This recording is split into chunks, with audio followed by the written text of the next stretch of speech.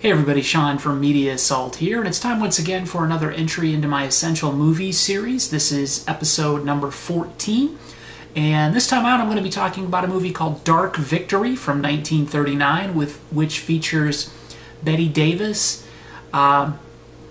George Brent, Humphrey Bogart, and Geraldine Fitzgerald. And this is a movie that came out in 1939, which is an incredible year for movies. It's the same year that we had The Wizard of Oz, Gone with the Wind, Mr. Smith Goes to Washington, just a ton of great films that came out that year.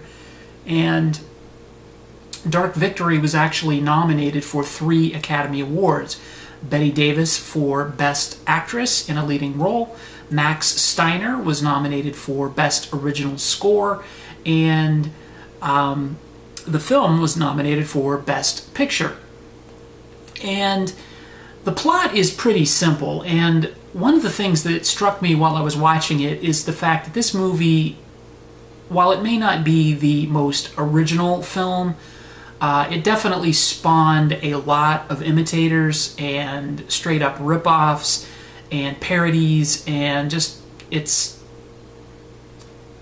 sort of a formulaic plot, but it's really not the plot that makes this film as good as it is. It is the performance of Bette Davis.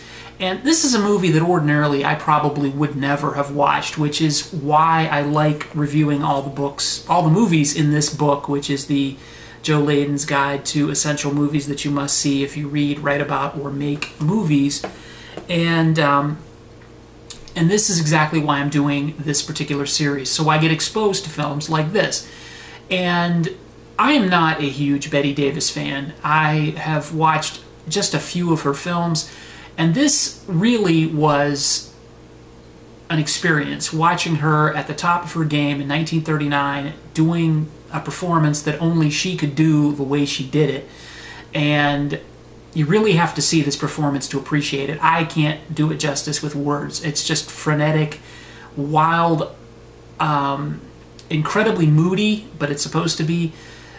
She's incredibly defensive at points, vulnerable at others, and it's just a really great performance. Okay, what's the plot? I mentioned it and then kind of got away from it. She plays a woman named Judith Traherne, and she's basically what we'd call like a trust fund kid, or you know, she's like a Paris Hilton type nowadays, although not as ditzy and stupid and incredibly intelligent compared to Paris Hilton. But she is a woman who has a lot of money in her family. Her father was rich, and then he drank himself to death, and her mother is somewhere in Europe, and she doesn't really know where. And so basically she lives, I believe, in Long Island, and just is a socialite. She parties all the time, she drinks a lot.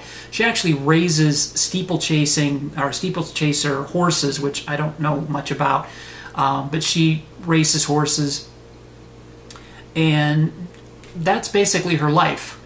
And she discovers that she has a brain tumor, and that introduces 2 things into her life. One being an appreciation of life, and the other being the character named Dr. Steele, Dr. Frederick Steele, who's played by George Brent, who is her love interest. He's the one that performs the operation on her, that buys her a little more time, but essentially all he's done is delayed the inevitable. She's going to die from this brain tumor. It's not a spoiler, trust me. The film is about how she deals with this situation, first denying that she has anything wrong with her, and then going into the next part of the film where she thinks she's cured, and then the final part of the film where she finds out that she has this tumor, and then she has to deal with the inevitable fact that all of us have to deal with, is that she's going to pass away. But she knows that it's going to happen, and she knows how it's going to happen, and what the signals will be when it's going to happen. So think about that for a second, and then watch this particular film and enjoy the performance as it is put on by Bette Davis. She is surrounded by a cast of great supporting actors. George Brent, as I said, plays the love interest, Dr. Steele. He's very good. It's not a remarkable performance, but he plays off of her very well. They do have good chemistry together.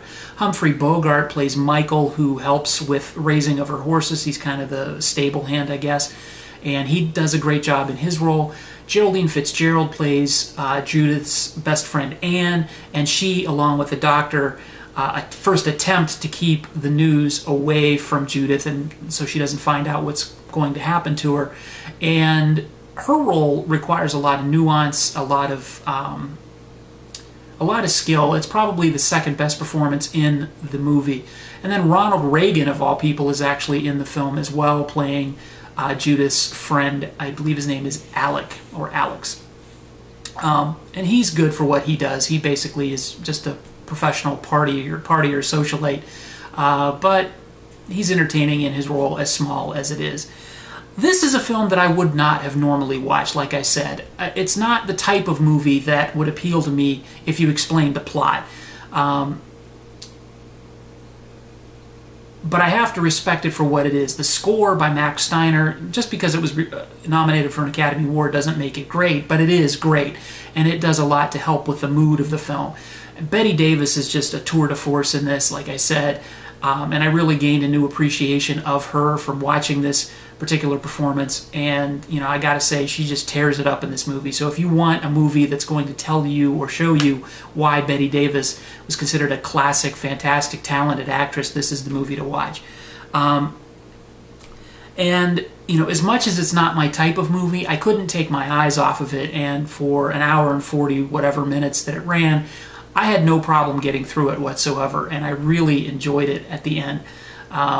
You know, for all its faults, for things that, you know, if you're like me and you've seen movies that were inspired by it first and then see it, it may seem a little formulaic, and it may seem, you know, okay, I've seen this 100,000 times, but, you know, this is one of the first takes on this type of film, you know, basically a tearjerker, chick flick type film. But to call it a chick flick is kind of an insult, because it really is just a showcase for Bette Davis and her talents. So I highly recommend you check out Dark Victory. I would give it an 8.5 out of 10. I really enjoyed it, just for the performances alone.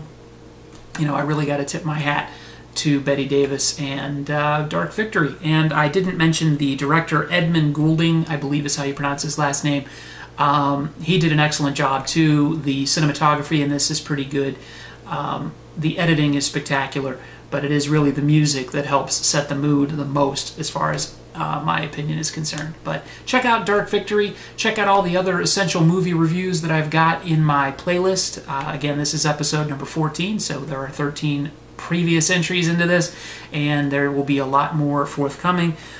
This particular movie was in the chapter Men and Women, and the next film coming up is another classic, another Humphrey Bogart film. It is Casablanca, and I'm looking forward to doing that one. So, and I don't have to wait, because I actually own that one, so I'm looking forward to reviewing that one for you. So thanks again for watching, everybody. Take it easy, and if you haven't done so already, please comment, rate, and subscribe. Thanks. Bye.